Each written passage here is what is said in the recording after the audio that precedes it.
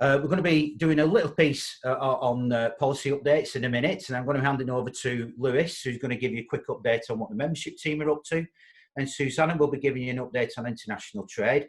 I'll be picking up with Subra a little bit around our QES. And there is the option, of course, if you've got any questions or you've got any issues or anything you want to discuss, we'll pick those up right at the end. So without any further ado, we'll crack on. So just from the point of view of big changes that's come out from government announcements over the last week or so since we held our first event. Obviously on Friday, there were significant changes announced to the furlough scheme by the Chancellor of the Exchequer, and also the self-employed income support scheme as well, which some of you may be involved with.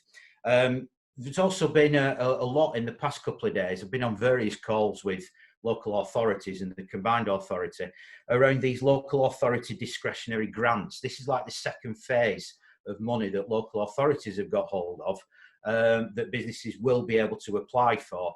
I've got my eyes and ears open, as have other members of the team here, to see how businesses can actually apply for those. I've been led to believe that local authorities will have dedicated pages set up on their websites for businesses to apply for this money.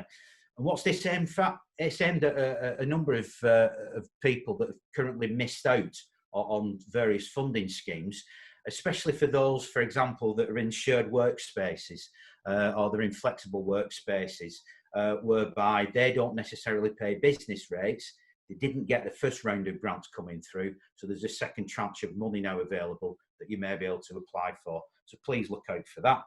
The other thing to mention is, of course, our recovery plan, the way forward. I mentioned this last week. That work is now beginning to develop, and look out for more of that through the brief that gets sent out 3 times a week now. And also a lot of work beginning to be done now on that issue, especially around smaller businesses who may be limited companies, and their directors have missed out on a lot of support up to now, and what can be done to make sure that the financial impact of that isn't as great as it could be. So we're working with a lot of people, and I know Belinda's on the call today. We're working closely with her and others to address that issue as well. So that's a very, very brief overview of some of the stuff we're doing. Keep your eyes and ears open. The way forward is our recovery plan document. We will be coming out with more information over the next couple of weeks as that work begins to increase in volume and importance. So that's a quick summary from me of the policy and campaign work that the Chamber's doing. I will now hand over to discuss membership issues to Lewis Crowe. Lewis. Brilliant. Thank you very much, Chris, and good afternoon, everybody. Thank you all for joining us.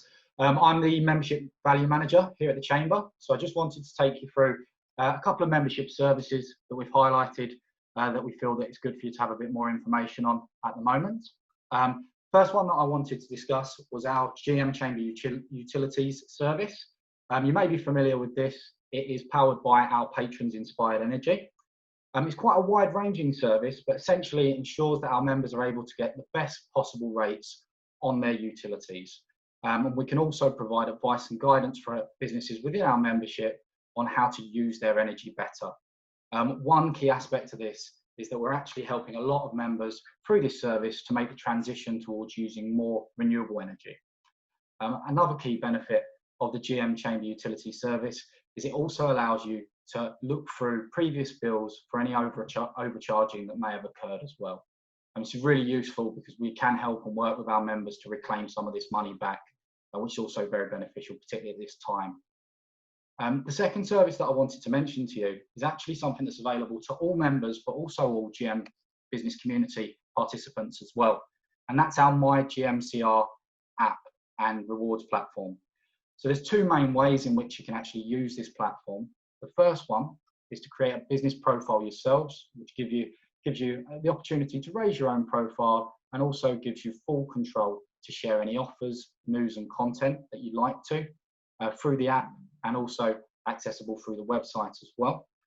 And the second area is that it's a key employee benefit as well. So absolutely any member of staff that you have can download this app, utilize it, and access the wide range of different offers, benefits and discounts that are available to use throughout Greater Manchester.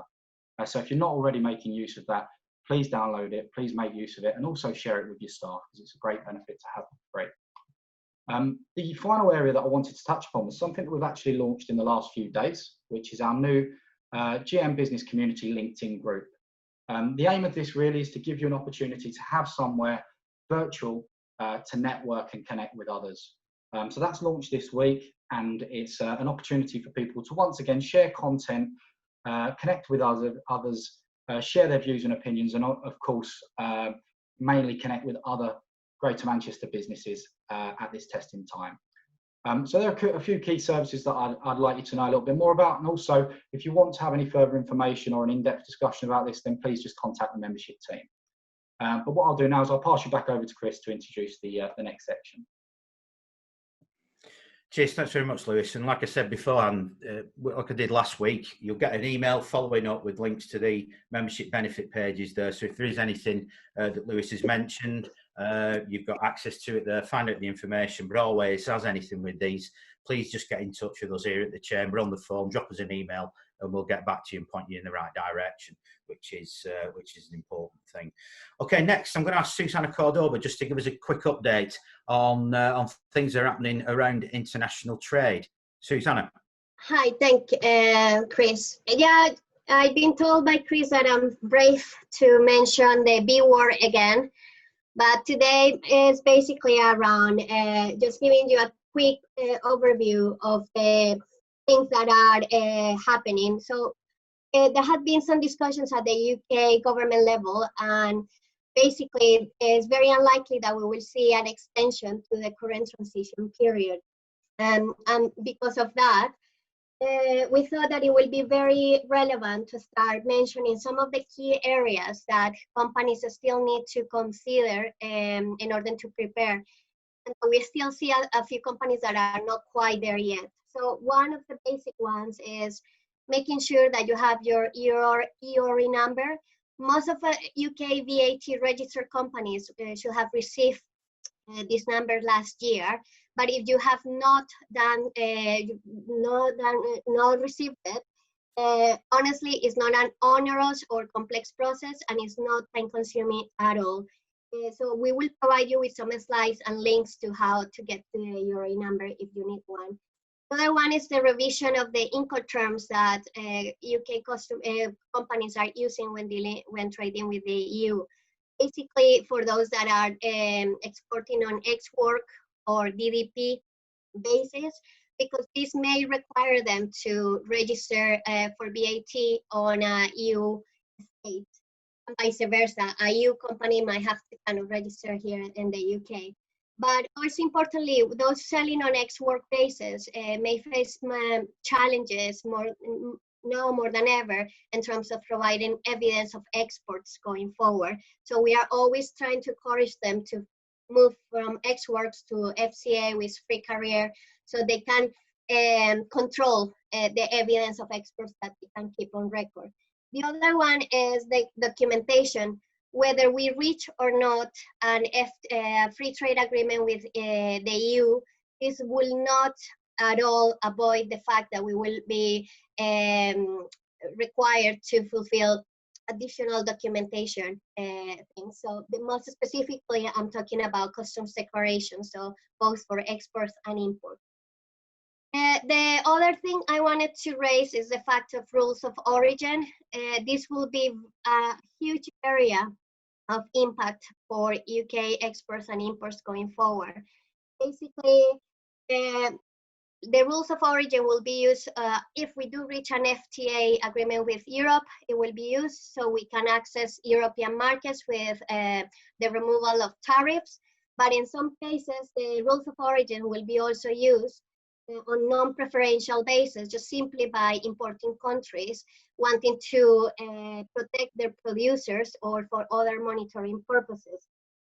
Now, the fact is that many UK companies, and we'll see that in some sectors such as the chemical and automotive, are going to face serious challenges in getting this sort of basically. The preferential origin requires you to demonstrate 50% of added value in the country in order for you to claim origin. So if we are out of the EU, it will mean that we'll have to demonstrate that at least 50% of the origin of that product that we are exporting is being done here in the UK. As I said, this will pose some challenges for some companies. Lastly, I wanted to discuss some of the services that we are offering to help UK businesses to prepare for Brexit. So first, we do have a Brexit hub, which is full of useful links and also some free services for both members and the GM business community, such as the Brexit readiness assessment, exclusive for exporters and importers. We have also our customs declaration service, which I mentioned is going to be an additional requirement going forward. And we have training courses, which we have moved from the offline to online. And as the lockdown measures ease up, we might have a mix of both going forward. So we have Incoterms, rules of origin, introduction to exports, customs declarations, and this last one, UK companies can apply for an HMRC grant. Lastly, we are also offering some customs compliance audit and certificate of origin evidence audits, which again at the moment are not available, but as the lockdown measures ease up, we're looking to offer those going forward. And lastly, we'll have some events coming up, and we have a wide range of events which are focusing on both traditional export markets for Greater Manchester region, such as doing business in Austria, Spain, Italy, France, but we are also mixing it up with some of the doing business in emerging high growth markets such as Africa, the Middle East, and Turkey. So stay tuned. We'll circulate the slides afterwards so you can see which events are coming up. And some of these will be available for a sponsorship opportunity. So stay tuned, and the links will be all in the slides that will circulate. So that's it for me, Chris. Thank you. Okay, thanks very much, Susanna. And like I said, even at this time of dealing with whatever the impact of COVID is and what will be in the future, it's so important that we don't forget about Brexit because that is currently locked on for the end of this year, irrespective of everything else that seems to be going on at present. So it's so important we keep that in view. And I did say to Susanna, I thought she was very brave in broaching the subject today. But obviously from that, there is an awful lot of work that her and the team are doing around this. And obviously making sure that if there is a direct impact on you as an importer or an exporter, that you've got the skills and the training available to you there to make the most of it and get you through whatever lies ahead. Just on training as well, just want to say another service that the Chamber offers. Again, what we want to do each week on this call is just to raise different elements of support and services and benefits that Chamber members can access. And that's our Chamber Professional Development, which is a range of courses that we put on through trainers around business development, training, leadership, international trade, we've heard from Susanna, and also health and well-being. And again, I know there's been, I'm just noticing some of the conversations going on the chat. There's been quite a spike of interest in health and wellbeing courses over the last few months, and no doubt that will probably continue going forward. So again, please look at that. We'll send the link out afterwards to the web page around that. I just want to spend a couple of minutes just having a quick chat with Subra about the QES, the Quarterly Economic Survey and the Business Monitor. We mentioned it last week. If you're on the event last week, you'd have known there was a brief update from Subra there as to what the results are actually saying. But I know there's a few people maybe you've never filled the QES out on the call today. So Subra, can you just explain very briefly why the QES is so important and why this one in particular? Sure, Chris. Thank you. Good afternoon, everyone. The QES is the Quarterly Economic Survey. It is the largest and the oldest private business survey that has happened in the UK. The first QES was conducted sometime in the late 1980s. And since then, every quarter, we have asked the same questions. And as a result, we have data going back, more than 30 years. It has captured the recession in the 1990s, the dot-com boom and bust in the early 2000s, the Great Recession in 2008, 2009, and so on. And so it provides the macroeconomic picture for Greater Manchester and then the combined results nationally. But there is something which is more important within the QES, This is a business sentiment survey, so it is business leaders actually telling us what they are finding on the ground. And what that view helps us is to shape our own policy interventions. It helps us understand what lobbying we as a chamber need to do on behalf of businesses. And so filling in the QES, of course, helps us understand the macroeconomic picture, but more importantly, it is an opportunity for businesses to get their voices heard so that we can help them with advocacy and lobbying. Okay, and can any business fill it in, or do you have to be a chamber member, or? No, there is no restriction. Any business can, and in fact should, fill it in, and that's because we have about 5,000 members in the chamber. It is a representative sample, but in all research activities, the higher the sample size, the more reliable the results. And there are about 100,000 businesses or so in Greater Manchester. And so every business, whether they are a member of the chamber or a non-member, should be filling in the QES. Okay, and there's a question or a comment in the chat from Sharon, who's on the call, just asking about how things are and how people feel things are at the present moment in time. Are we able to see anything now at the present moment in time, Subra, from the QS, as to having some idea what things are beginning to look like?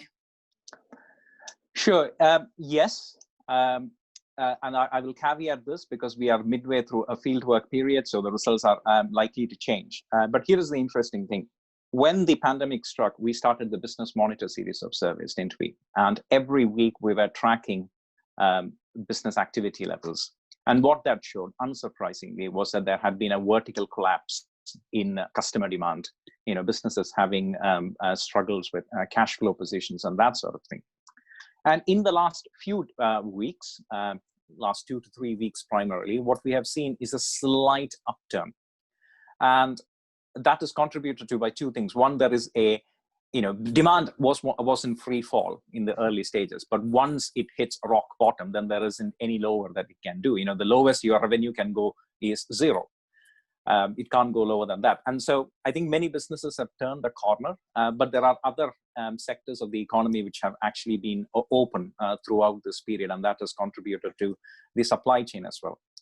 So in the recent past, and I'm talking about the last 2 weeks particularly here, what I have noticed in the data, I wouldn't go as far as calling them the green shoots of recovery, but I would probably say some roots of recovery. And that's clearly happening, and it is starting to emerge. And I think it ties in with some of the anecdotal comments that people have actually put up on the chat functionality. So there is going to be a recovery. Now, there has been some debate of whether we are going to have a V-shaped recovery, a U-shaped recovery, and so on. I don't think it's going to be any of that. And this is just my personal view. What we are going to have is some sort of a Nike swoosh.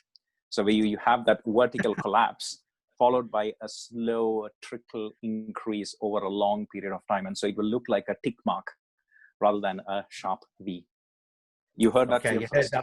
You heard that here first. I'll trademark that, Subra, because no doubt one of the fancy economists in London will soon grab on hold of that, and people will think you've copied them instead of the other way around. So remember that 4th of June, you heard there's Nike swoosh recovery be born here on Chamber Live. That's brilliant. Thank you very much, Subra. And the basic thing about that is it's so important that we get views from all the business community in Greater Manchester, and from that we can really put our finger on what's happening. So as we come into recovery, we're really doing things right. Okay, so we've got about another 5 minutes or so. Has anybody got any questions or comments that they want to add into that, or anything you've heard, maybe what Subra said, or one of the other contributors that you've heard today? Anybody got anything to add? Everyone's very quiet. No, nothing. Right, that's okay. I'll throw it back. Sorry, go on, Steve. Yeah, go on. Yes, I do. It's not what Subra has talked about. It's a different issue actually, and maybe we take this offline. It's about Chamber Protect and some of the health and safety and legal services that are available. I'd like to have a chat with somebody about that, either now or offline, if that's better. Lewis? Yeah, of course, Steve. So as you're probably well aware, with the Chamber Protect services, you do get completely free of charge advice as a Chamber member in terms of legal advice, HR, health and safety, and VAT and tax.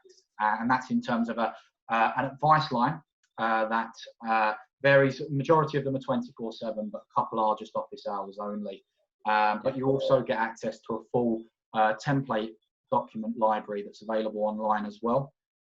So what I can do, Steve, I've got your email address from booking onto the event, so I'll drop you an email with some further details so you can explore that yourself as well. But of course, we'd be more than happy for myself or one of the membership team to have a chat with you over the phone as well and take you through it.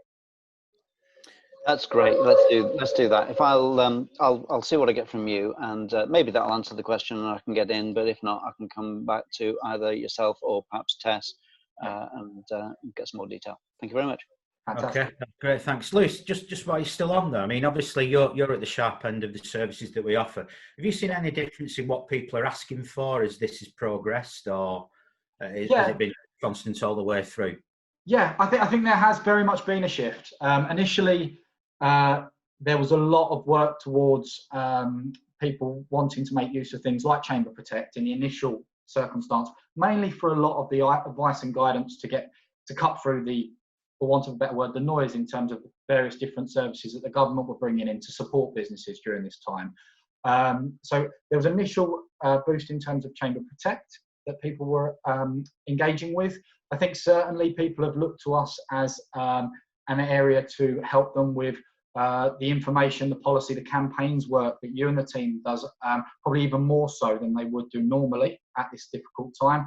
And there's been a big shift because predominantly people used us a lot previously for business development and raising the profile, whereas obviously that's taken a back seat in previous weeks. However, we are starting to see more and more businesses look towards the recovery period, and that is doing business again, reopening their venues, their offices, their workplaces, and starting to work out how they can work differently.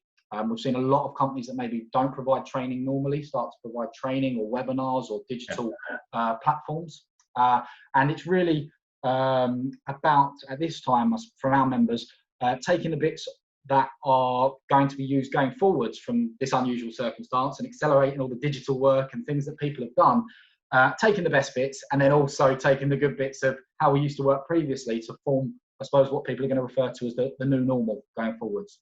Okay, thanks very much, Lewis. Sharon, did you want to come in with? I did actually, yeah. I would just, I mean, my sector is engineering and manufacturing, and obviously I work in recruitment, and so I get quite a holistic view of what's going on. And I agree with Subra. I think there's a lot of challenges, but I would call them green shoots, actually. I get to speak to quite a lot of directors and board level people, and nobody seems to know which way forward is the right way. But what has happened, I've got most of my clients are saying that their order intakes are around the 50 or 60% mark, which of course is a drastic reduction.